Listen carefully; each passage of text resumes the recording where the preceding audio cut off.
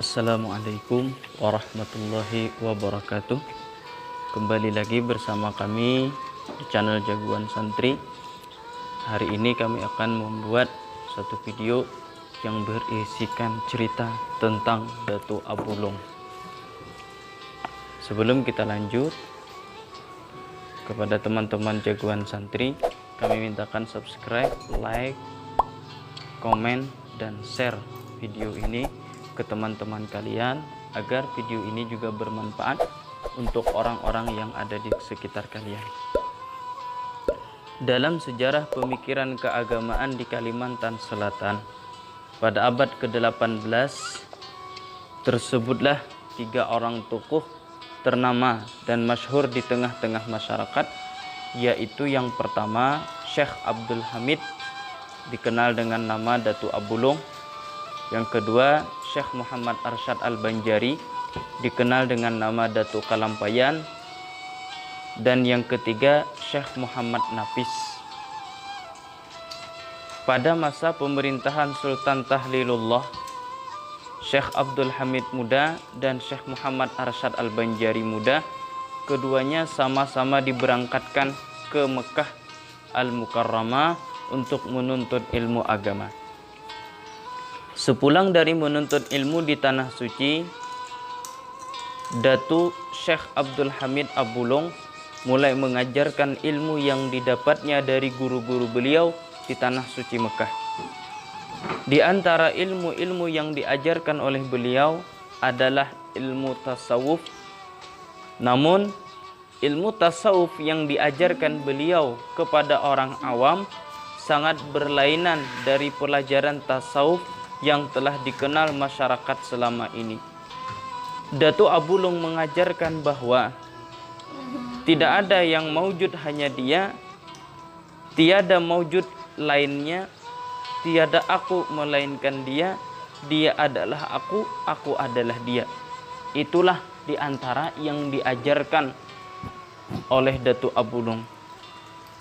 Dalam pelajaran Syekh Abdul Hamid Abulung juga diajarkan bahwa syariat yang diajarkan selama ini adalah kulit, belum sampai kepada isi atau hakikat. Sedangkan pelajaran yang selama ini diyakini masyarakat umum, yaitu tiada yang berhak dan patut disembah hanya Allah. Allah adalah Khalik dan selainnya adalah makhluk, tiada sekutu baginya. Ajaran inilah yang dikatakan Datuk Abulung hanya kulit, belum sampai kepada isi atau hakikat sebenarnya ilmu. Ajaran Datuk Abulung ini merupakan hasil pengaruh dari ajaran Abu Yazid Al-Bustami, Husain bin Mansur Al-Hallaj, yang kemudian memasuki Indonesia melalui Hamzah Pansuri dan Syamsuddin di Sumatera dan Syekh Siti Jenar di Pulau Jawa. Mendengar fatwa Syekh Abdul Hamid yang sangat berbeda dari kebanyakan paham masyarakat pada waktu itu, maka gemparlah masyarakat yang menerima pernyataan Syekh Abdul Hamid Abulung itu.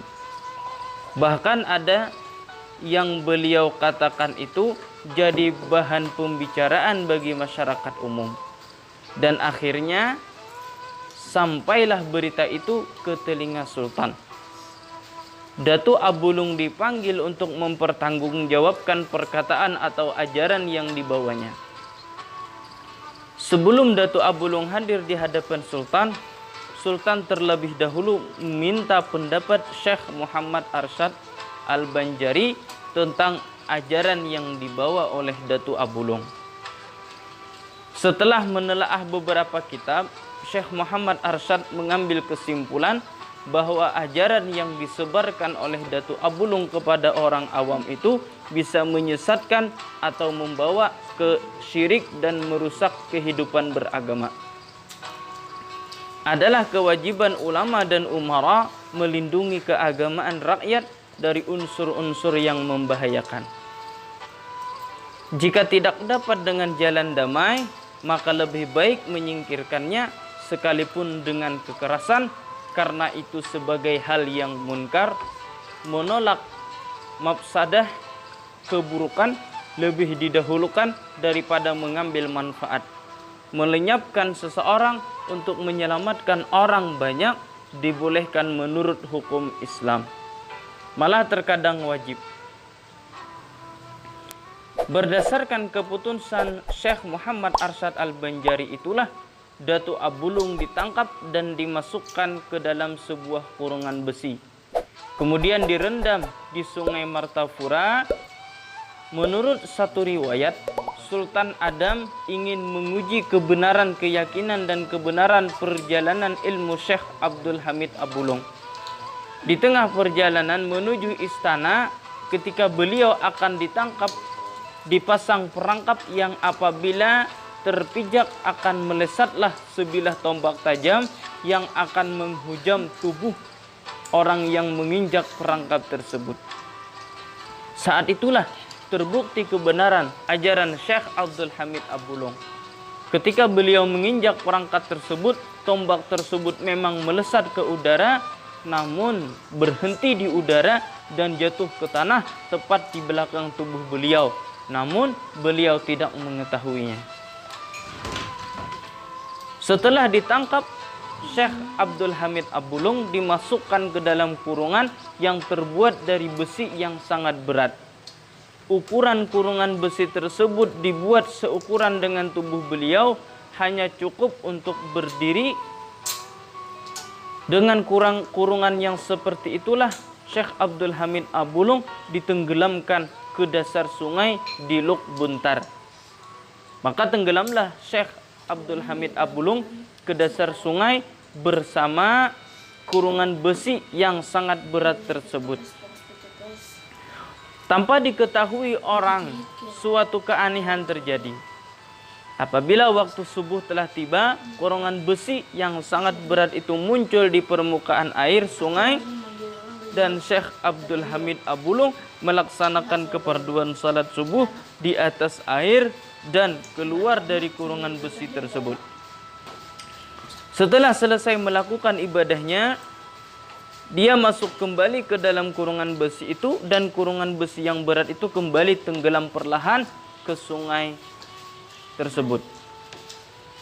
Demikian juga kurungan besi itu akan muncul ke permukaan air apabila waktu salat fardu telah tiba, dan apabila telah selesai melaksanakan kefarduannya serta amal ibadah lainnya, kurungan besi itu kembali tenggelam ke dasar sungai.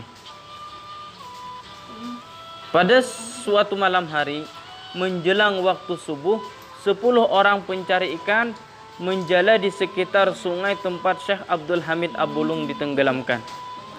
Lama-lama mereka mendengar suara azan. Perlahan mereka mendekati sumber suara azan tersebut. Dari kejauhan mereka melihat keganjilan dan keanehan yang terjadi pada diri Syekh Abdul Hamid Abulung.